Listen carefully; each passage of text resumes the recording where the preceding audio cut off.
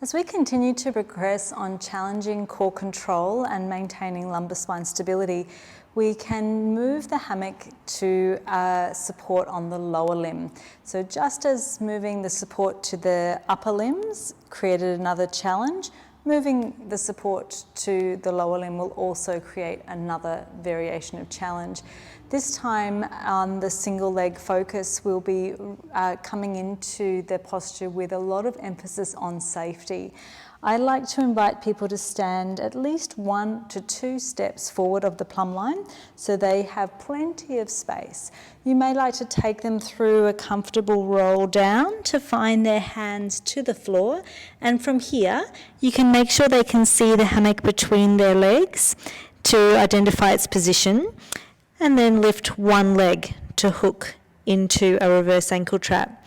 If they're choosing to come into it from a quadruped, which can be easier for some people, particularly if they have a hip extension challenge, then it's important to let them use just their awareness spatially to guesstimate where the hammock is so that they can lift and find their foot into the hammock without having to look behind and twist their spine while doing so.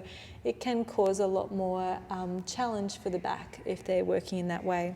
So if they're coming into the position from quadruped, once they've secured their reverse ankle trap, cue for tension. It's really important they can pull down here to alleviate the pressure also from their wrists as they engage their abdominals, push down into their finger pads and bring their foot forward. From this position, our entry up to standing requires working through that reverse curl or reverse roll down. So you're staying as close as you can to your centre. Once you're here, it's really important, as it is with all single leg work, to identify the leveled position of the pelvis.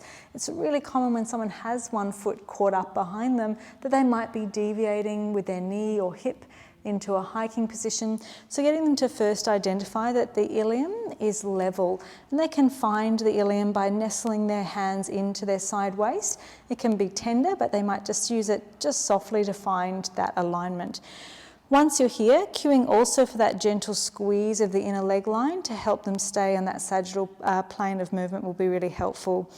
So you may in the beginning just be working to bend and extend the standing leg, challenging balance and stability. The emphasis being on the standing leg, a very light foot in the hammock. Once you start to progress, you might challenge their relationship now with their torso to shift slightly forward. The weight will come more into the forefoot and they might feel the challenge increase now in their glute med stability. And here again, they might just work with a knee bend and extend, or they might work in mid-range and start to work through the extension of the back leg in and out. This really replicates in many ways a scooter movement from the reformer and can be a really good challenge with the right amount of reps for a particular individual.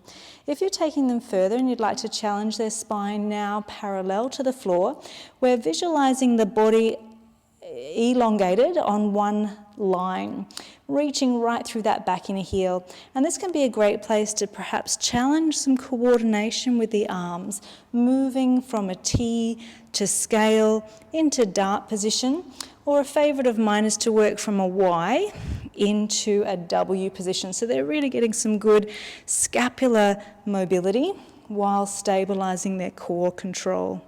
When they're coming to change legs, they might return the hands down to come back to quadruped, or simply release one foot to the floor and find their second leg in.